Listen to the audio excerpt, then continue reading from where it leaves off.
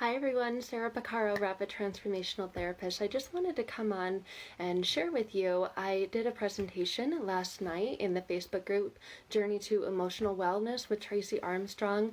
It was about an hour-long Zoom presentation, and I believe she recorded it and put it on her page. So if you want to go back and catch that, I'm going to highlight today some of the things that we talked about in last night's Zoom presentation. And what it was is, when you were raised in a really toxic, unhealthy environment, you were a child being brought up in that type of environment, a child raised by narcissists or people with narcissistic traits or toxic traits.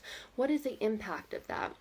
And how to move forward to make sure that you don't repeat those same patterns in your life. So this is going to be the abbreviated version of what we discussed last night.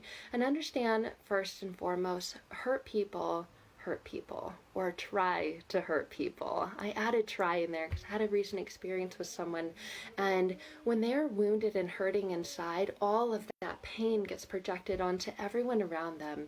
So it is so important to, wherever you're at in your journey, take a look within. As you know, if you've been following me for a while, I'm a huge advocate of working within the subconscious mind to create that inner, lasting, powerful, positive change. Trying to figure it out consciously, what you think the problem is really difficult, because the power is in the subconscious mind. It's about 90 to 95% of our mind. So anyway, I'm going to share with you, hopefully this makes more conscious sense about your experience in your childhood and growing up, whether you had a narcissistic parent, an alcoholic parent, someone with really toxic traits. So the role that children play in the family dynamic and structure, the family system, is really important. And most likely, if you look back on your family system, you will notice that there was one parent who was more toxic than the other. Sometimes two narcissistic parents or people do get together. Obviously very toxic in that dynamic as well, but generally there's one who is more of the codependent, enabler, people pleaser, fixer.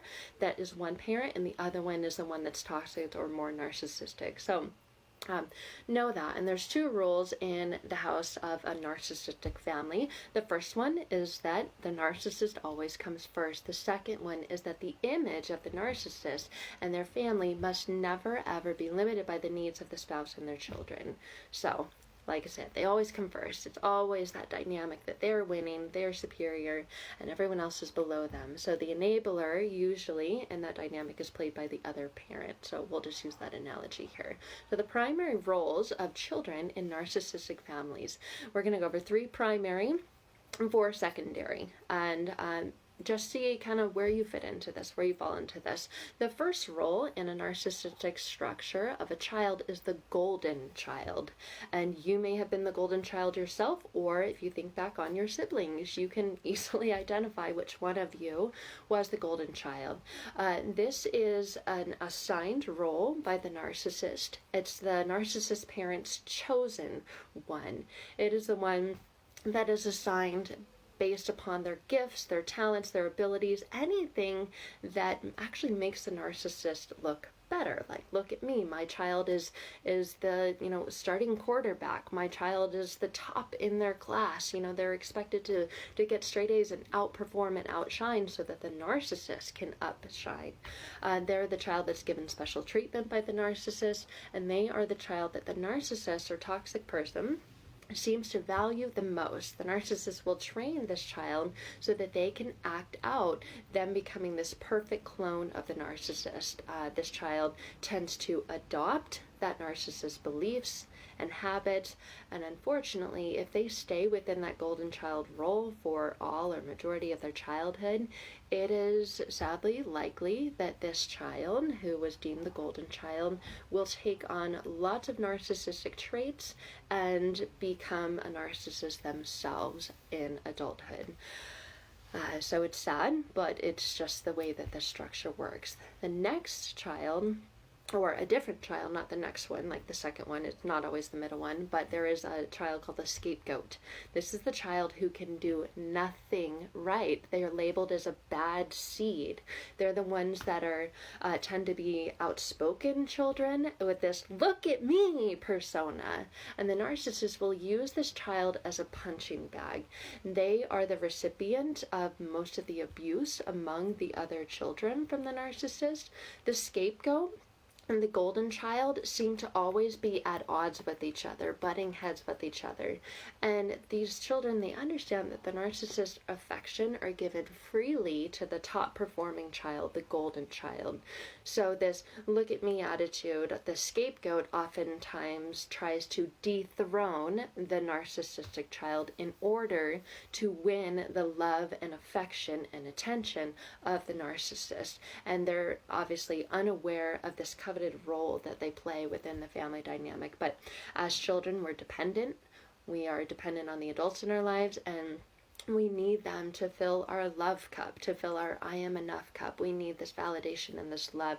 And the scapegoat is in cahoots with the golden child to try to get the narcissist to fill their love cup, if you will, as an analogy. The scapegoat later on is most likely to develop a sense of self-awareness, but it will be damaged. It will be a damaged sense of self-awareness. They will most likely be very independent, very successful later on in life because they are driven to succeed, because they need to prove themselves over and over. They need to prove themselves really worthy of the one thing that they're missing the most, which is love.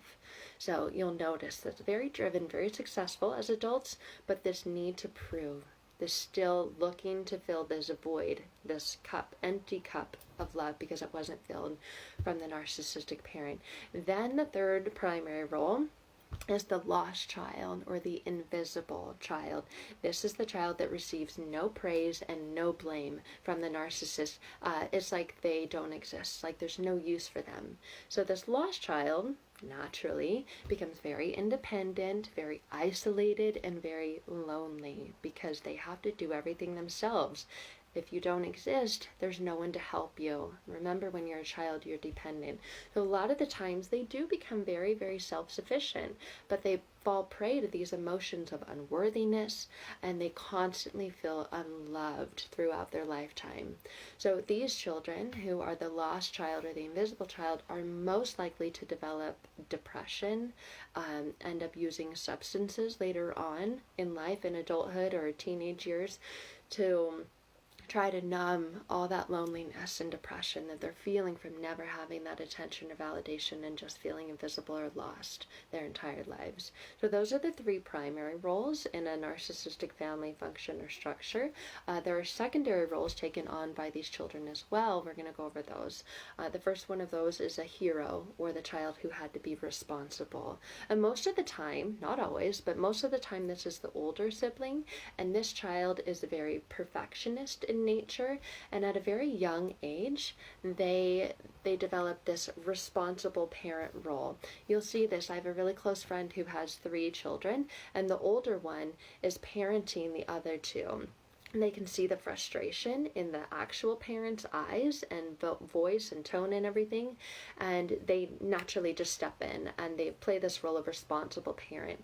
They actually end up wearing their own mask within this narcissistic family because they are not able to fully express, live, and be a child themselves, so they suppress their emotions until most likely they cannot feel them at all, and they end up being extremely insecure, and they drive themselves compulsively from one achievement to the next, again because they kind of are forced into this adult-like role really early on when they are a child. Next role, which I can relate to, and I'm sure a lot of you watching can relate to as well, is the caretaker. So this is the emotional rescuer of the family. They're managing, they're shuffling around the ever-changing moods of everyone in the family by listening, by supporting, by nurturing, by counseling, by understanding, and they're very, very sensitive. They're oftentimes very calm.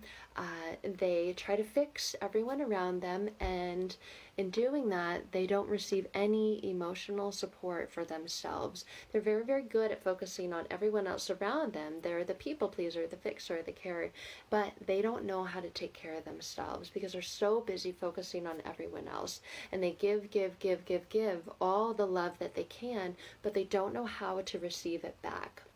And so they become uncomfortable receiving love, and as a result push away love. And this is extremely unfortunate for the carer, because when the carer grows into adulthood, their job is to fix and save people, but they don't allow themselves to receive love because they never did receive it. So they find it very difficult to be in a healthy relationship because they're so busy taking care of anyone else.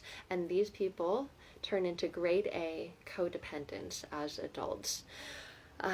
And they end up in relationships that are very one-sided, that are a give and a take. So the other person they're in a relationship with takes, and they're always the one giving, but they become a doormat for people and let people walk all over them.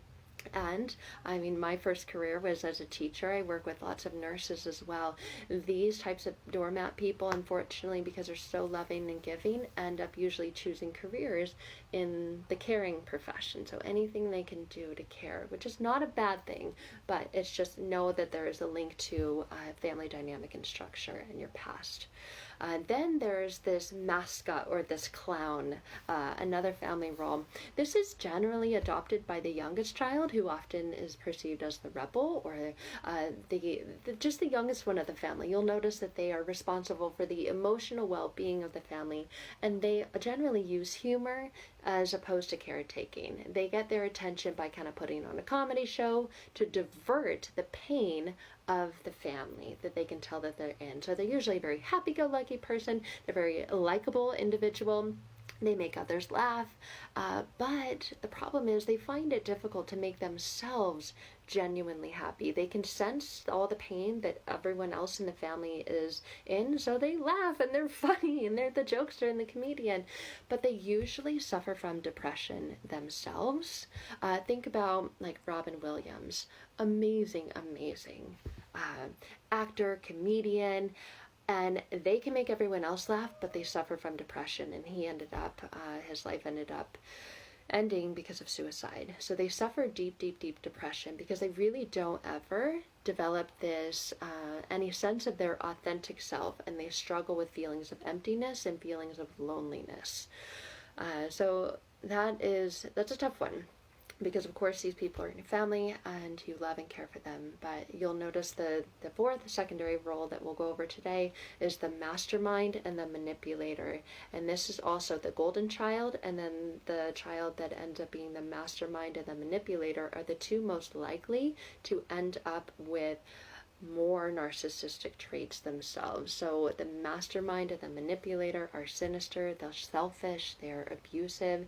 Paired with the golden child role, they will more than likely turn into the narcissist, like I said, because they are driven by this sense of entitlement. They coerce people through manipulation. They really take on a lot of these unhealthy, toxic, damaging traits themselves, but they're sneaky enough to fly just below the radar. And they use this dysfunction of the rest of the family to their own benefit. So they intentionally will create conflict among the family members to get what they want and need. They'll create conflict, and then they'll pull someone to their side, and then when they're done using them, they'll get that person against the others. And they generally are very good at putting on the charms and can manipulate everyone in the family, including the adults, to get what they want. And they'll echo these words. They're like, well, God, can't you take a joke? What's the matter? So they'll echo the words of the sinister jokester.